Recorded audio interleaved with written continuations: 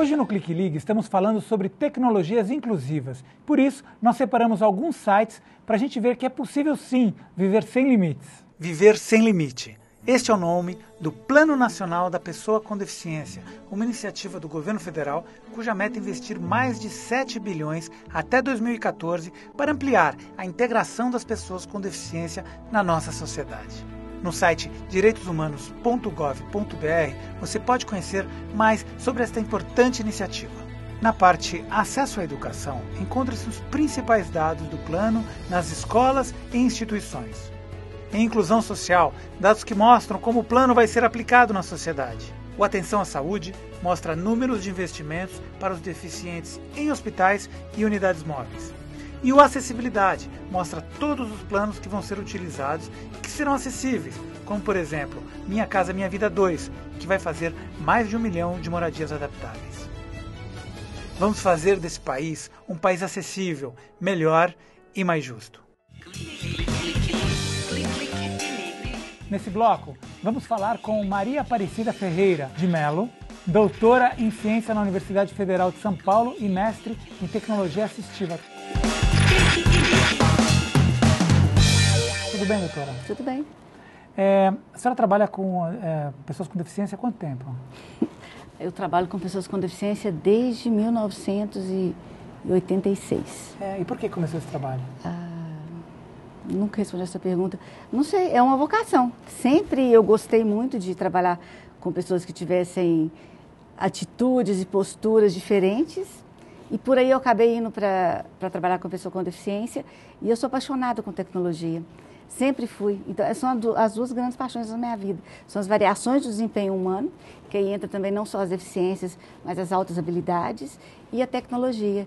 Aí, desde 93, que eu trabalho, estudo e pesquiso nessa área. Uhum. E eu queria te perguntar uma coisa que eu vi aqui. O que são tecnologias assertivas? Assistiva. Tecnologia assistiva é qualquer tipo de aparato tecnológico que potencializa uma habilidade ou, às vezes não potencializa porque ela não existe, ou torna possível uma habilidade de uma pessoa com deficiência. Agora, pode ser mesmo um produto, Marcela, que faz de conta, um carro automático. Você pode ter um, eu posso ter um, qualquer pessoa pode ter um. Agora, na hora que ele passa a ser utilizado por uma pessoa com deficiência, entre aspas, compensar alguma habilidade que ela não dispõe, esse mesmo carro, que pode ser igualzinho o seu, igualzinho o meu, ele vai passar a ser tecnologia assistiva. Então, é um tipo de classificação que se dá pelo uso e não pelo fim, por si mesmo, sabe? Uhum. E tecnologia inclusiva? Tecnologia inclusiva vai além. Porque a tecnologia inclusiva você vai incluir qualquer tipo de tecnologia que permite que um ser humano que ele participe do meio social, e aí entra tudo, econômico, social, educacional, etc., que ele vive. Né? Então é mais amplo, a tecnologia assistiva é voltada para um público muito menor, que é o público da pessoa com deficiência. A tecnologia social não. É para todos, né? Inclusive é para todos, né? Bom, e a senhora deve ter estudado... Não preciso chamar de senhora. Tá bom, não. você. Esse plano Viver Sem Limite, que foi lançado recentemente. Quais são suas considerações e sugestões para esse plano? Marcela, na verdade, assim, ainda não foi dado, ou foi dado a muito poucas pessoas, o estudo desse plano. Ele foi lançado há 2 semanas atrás, com várias partes ainda por ser detalhadas. Então, o que se percebe, que eu acho que é importante que é evidente para todos, que é o primeiro esforço do governo brasileiro no sentido de criar uma ação interministerial, que é uma das coisas mais complicadas que se pode pensar nesse nosso país, que atenda às pessoas com deficiência, em acordo com a Convenção da ONU, do qual o Brasil é signatário. Ou seja, essa Convenção da ONU significa o que a gente tem de, entre aspas, de suprassumo dos direitos das pessoas com deficiências no mundo. E o Brasil é signatário disso. E a partir disso, agora, por outro lado, a gente tem pressões internacionais, por exemplo, da FIFA, né, que são várias coisas desse plano que o governo lançou, ele vem muito a atender algumas pressões internacionais, por exemplo, da FIFA. né? Isso não é posto no plano e muito menos discutido junto à população, etc. Bom, etc. Mas é uma coisa positiva, é uma pressão positiva. Positivo. Eles querem vender cerveja no estádio, mas também estão pensando nisso. São obrigados a pensar nisso. Isso né? é bom. Maravilhoso para nós que trabalhamos com direitos humanos em geral, que eu acho que aí a gente não pode ser excludente também, não podemos pensar só em direitos das pessoas com deficiência, mas nos direitos humanos em geral. É um avanço enorme de reconhecer isso com a necessidade de políticas públicas, não só específicas, mas no termo da população como um todo, mas que incluam e que permitem, né, a participação das pessoas com deficiência. Bom, então o plano ele é transdisciplinar, multidisciplinar? E interministerial. Certo. Né, e quais são as ele traz ações bem específicas em diversas áreas, na educação, na saúde, no Ministério das Cidades, em vários ministérios. No trabalho? Oi? No trabalho também?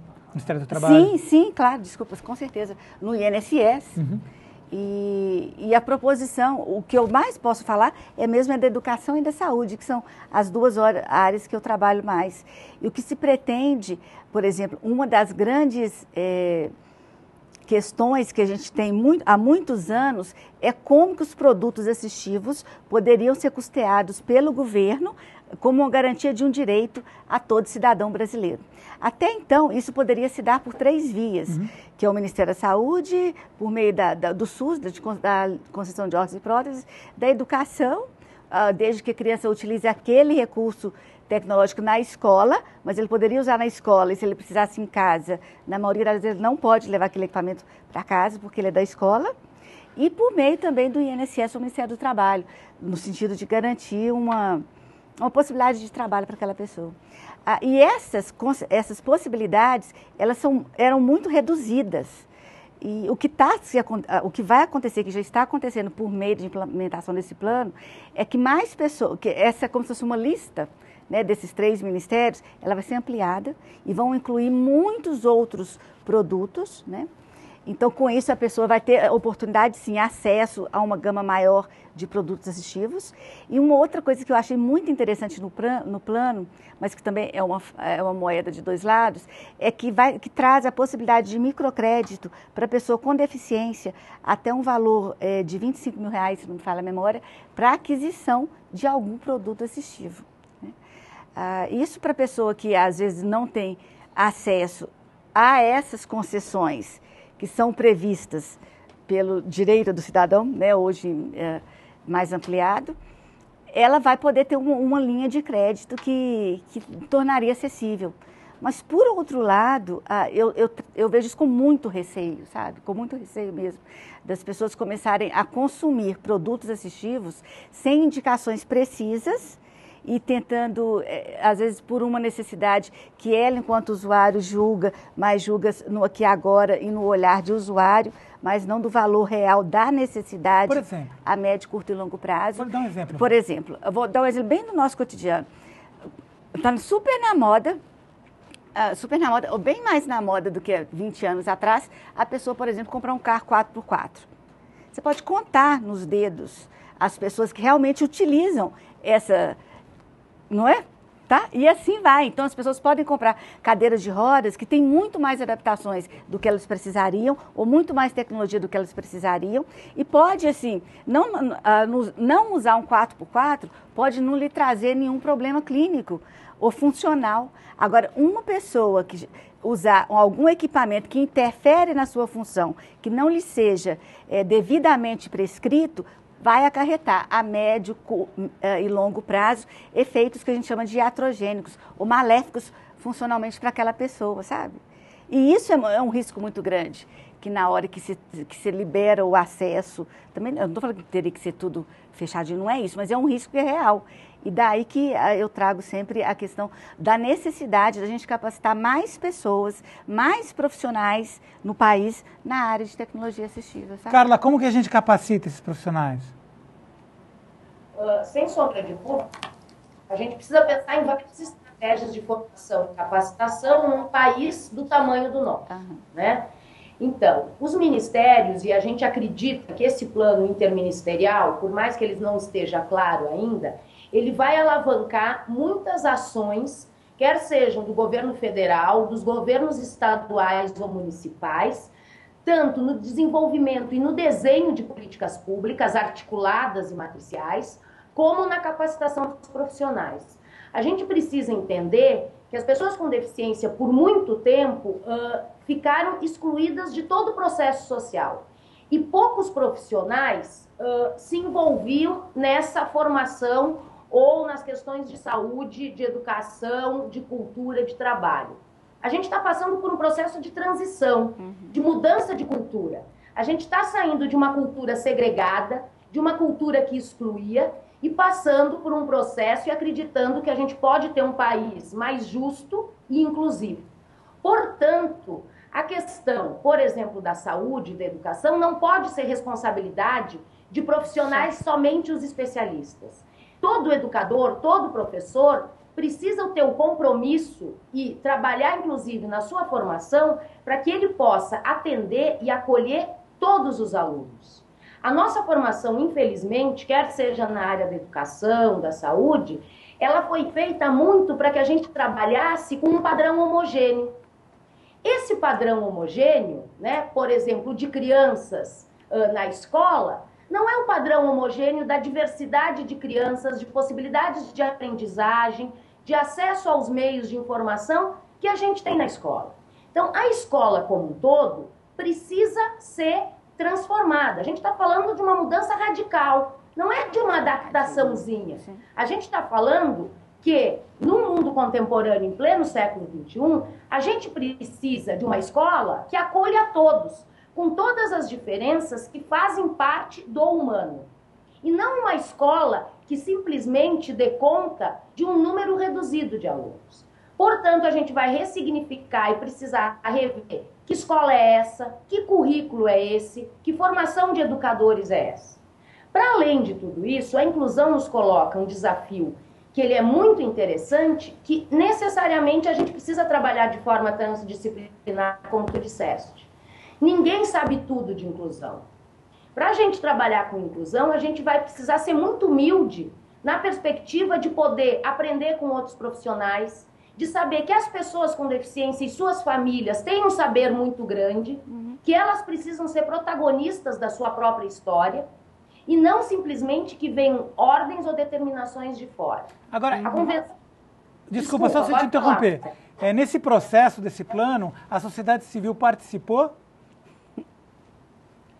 Eu acredito que a sociedade civil tenha participado, mas de uma forma ainda muito tímida.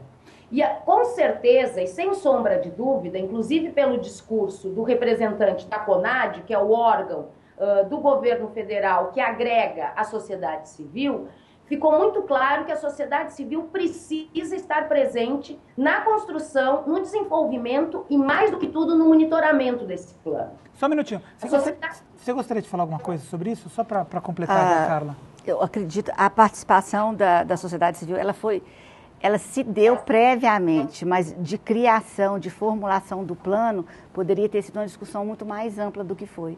Na verdade, o plano foi construído em muito pouco tempo. O importante é que ele está pronto. Agora, como é que a sociedade civil pode ajudar contribuindo? Existe algum canal em que... Existem vários. Esses canais na internet, como é que a sociedade civil usa as novas tecnologias para fazer corpo nesses projetos? Para vocês duas. O que a sociedade civil pode fazer diante de qualquer governo é o controle social. E ele pode se dar de várias e várias formas. De formas instituídas, como a Carla citou, o CONAD, que é o Conselho Nacional da Pessoa com Deficiência, que tem no nível federal, estadual, e em cada cidade deveria ter um, e nas grandes cidades poderiam ter conselhos municipais, que são locais públicos de discussão das políticas públicas e de análises críticas do que vem acontecendo. Então, isso é uma forma. Agora, de todas as formas, agora o primeiro passo é tomar conhecimento do plano. A gente precisa sair do olhar assistencialista e passar para um olhar de direitos humanos. Esse é o nosso desafio. Bacana, a gente vai falar isso no terceiro bloco. Para ficar ligado no Clique Ligue, anote o nosso Twitter, que é @RedeTVT. E se você também tem um projeto que tem tudo a ver com o tema de hoje, utilize a nossa página no Facebook para divulgar. A ideia é usar esse espaço democrático para ampliar a nossa rede de conhecimento. Nós vamos fazer um pequeno intervalo e voltamos já já.